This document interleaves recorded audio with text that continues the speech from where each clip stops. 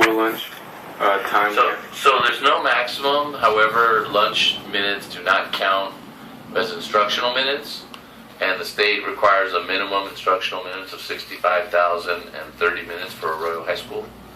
So the longer you extend lunch, will require you to have less minutes for the day, and then you probably won't reach the instructional minute expectation from the state. And then, if school lunch time increases, how would it affect the schedule?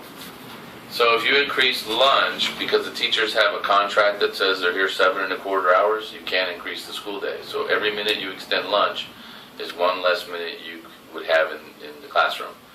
And again, so as you increase lunch, whether it be 6 minutes or 12 minutes or 18 minutes, it's going to reduce that amount of time in the classroom, which is going to affect your total minutes.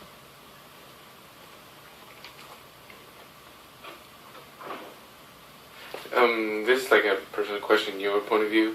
Do you think 35 minutes is enough time to eat, or go out and eat? I don't think it's enough time to go out and sit down and eat. I think it's enough time to go out, get something to go, and bring it back to school. And what I see with a lot of kids is they bring it back at the end of lunch, and so they want to use fourth period to eat lunch. So I don't think it's enough time to honestly go out and eat.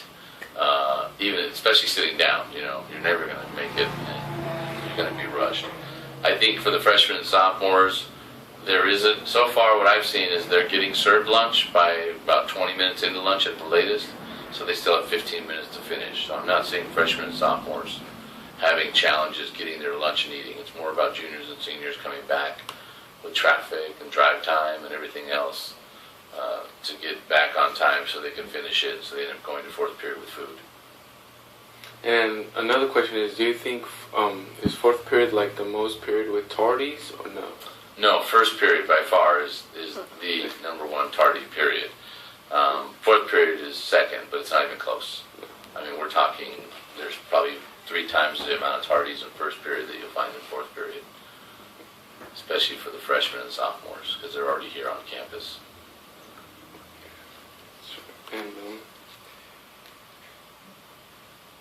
And just what is the minimum now that we can have for school lunch?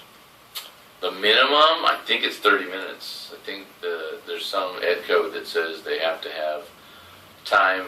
I think the way it's worded is not actually minutes. It just says sufficient time for students to be served lunch and eat that lunch. So they don't talk in the ed code about seniors and juniors leaving campus. They talk about the site being able to serve. That's why some schools like Logan will have 2 lunches, because they can't serve all their students in a timely way. So they have half the students go one lunch and half take the next lunch. Other schools I've been at have had 30 minutes, but again, they've been able to serve the students quickly and then move them out of the cafeteria so they can eat lunch and finish it. So the minimum amount would be the time to serve the students and have them eat the food and not bring it to class. You said we can take out minutes in each period. Can we take them out of like the passing periods, or no? Yeah, you could technically, but interestingly enough, passing periods actually count. Passing periods between classes counts as instructional minutes. Oh, they do too? Yeah, so between first period and second period, that was 5 minutes. Though first you have nutrition, so even that doesn't count. But the second to third period, 5 minutes counts as instructional minutes. But lunch to fourth period doesn't count. So any time between classes, between fourth and fifth, fifth and sixth, and second and third, you count those minutes.